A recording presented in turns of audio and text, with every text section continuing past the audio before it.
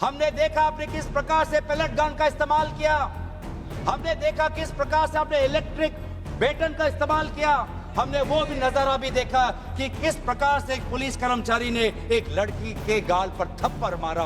उस police constable का चेहरा भी याद है जिसने अपने डंडे के साथ एक लड़की के प्राइवेट पार्ट पे उसने आक्रमण किया। हमें याद है वो लड़कियां जिन्होंने उनके आंसू निकल रहे थे आंखों से और कह रहे थे कि पुलिस वाले उनको मां बहन की गाली दे रहे थे। हम भूलेंगे नहीं वो बच्चियों जिन्होंने कहा कि मेरे पीठ पे जो कपड़े थे उन कपड़ों को इस पुलिस ने फाड़ दिया। वो चाहे गुजरात से हो, वो चाहे महाराष्ट्र से हो, चाहे विदेश से हो, चाहे दक्षिण भारत से हो, महाराष्ट्र से, वो सब आए।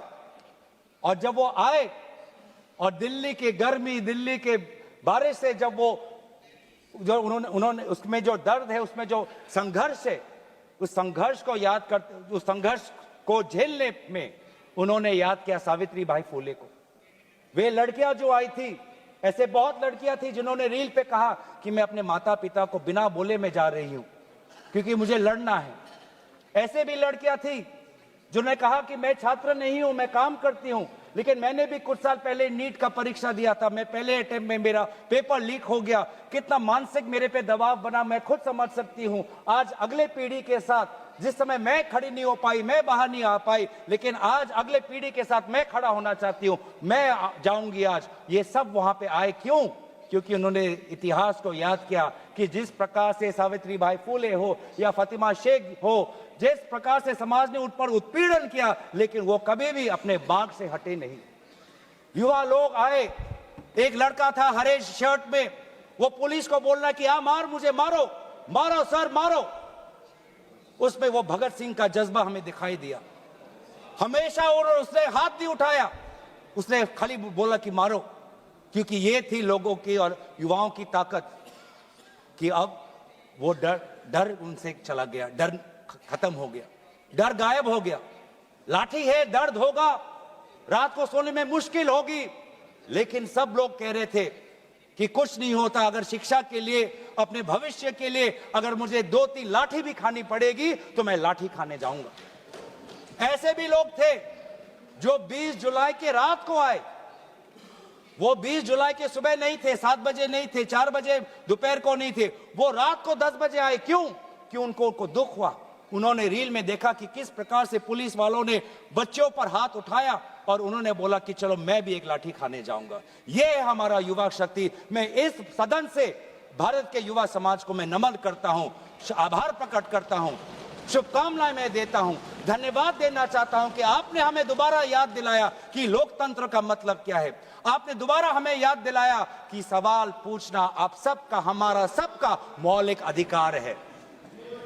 हमने वो भी देखा उस मध्य प्रदेश से आए हुए आदमी को जिसके सर पर खून निकल रहा था। क्यों? क्योंकि कांटों से भरा हुआ एक डंडा उसके सर पर पड़ा और उसने तब भी वो पीछे नहीं हटा। खून से लथपथ उसका चेहरा, उस समय भी पुलिस को ललकार रहा था कि देखो ये लोकतंत्र है, लोकतंत्र में जनता जनार्दन है, जनता प्रजा राजा होता है। ये है वहां की उस ताकत। बहुत लोग कहते हैं कि बहुत से गलत शब्द भी उस सभा में, जंतर मंतर में किए गए। मैं उन गलत शब्दों का जो मर्यादा से बहुत दूर है, अमर्यादित है, उन शब्दों का समर्थन नहीं करता, लेकिन उन शब्दों के बारे में भी याद करना चाहिए जो बाकी बच्चों ने हमें याद दिलाया।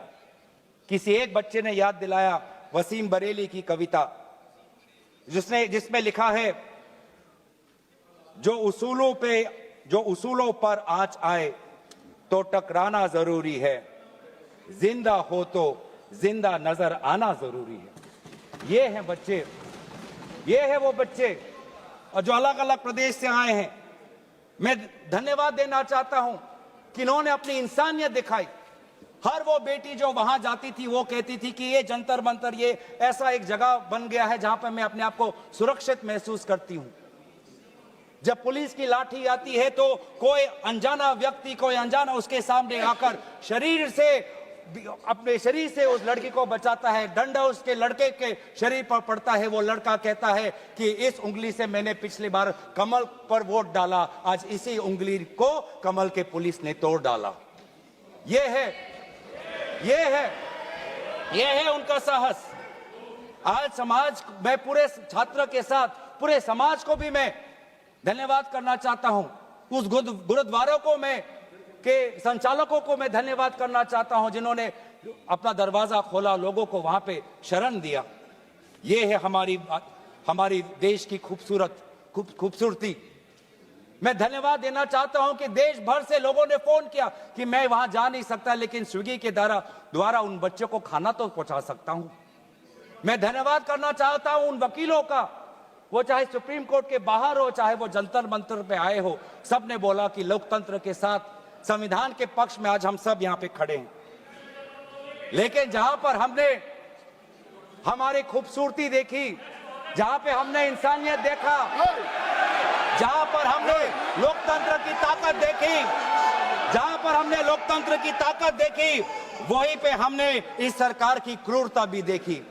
हमने देखा आपने किस प्रकार से पैलेट गन का इस्तेमाल किया, हमने देखा किस प्रकार से आपने इलेक्ट्रिक बेटन का इस्तेमाल किया, हमने वो भी नजारा भी देखा कि किस प्रकार से एक पुलिस कर्मचारी ने एक लड़की के गाल पर थप्पड़ मारा। वो एसीपी का नाम भी हमें याद है, उस पुलिस कांस्टेबल का चेहरा भी याद है जिसने अपने डंडे के साथ एक लड़की के प्राइवेट पार्ट पे उसने आक्रमण किया।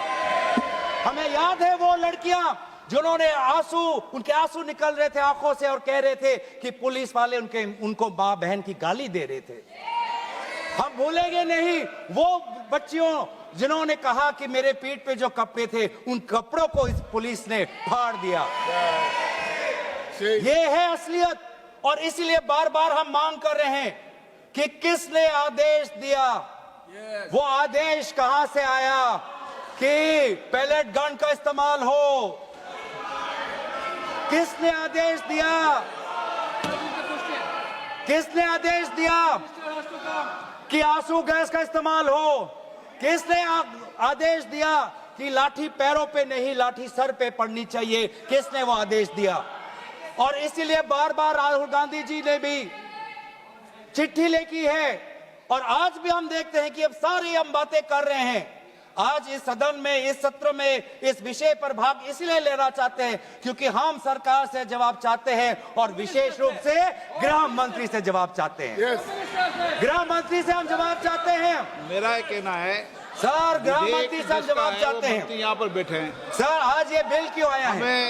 ये बिल क्यों आया है? ये बिल क्यों आया है? ये बिल क्यों आया है समझना चाहिए। ये बिल इसलिए आया है कि गृह मंत्री के द्वारा भेजी हुई पुलिस लोगों के हौसले को कुचल नहीं पाई, इसीलिए ये बिल आया है। आपने उस धरना को खत्म नहीं कर पाया, इसलिए ये बिल आया है। हमने देखा ना सिर्फ दिल्ली में, बिहार में आपने AK-47 का इस्तेमाल किया। ये नौबत है।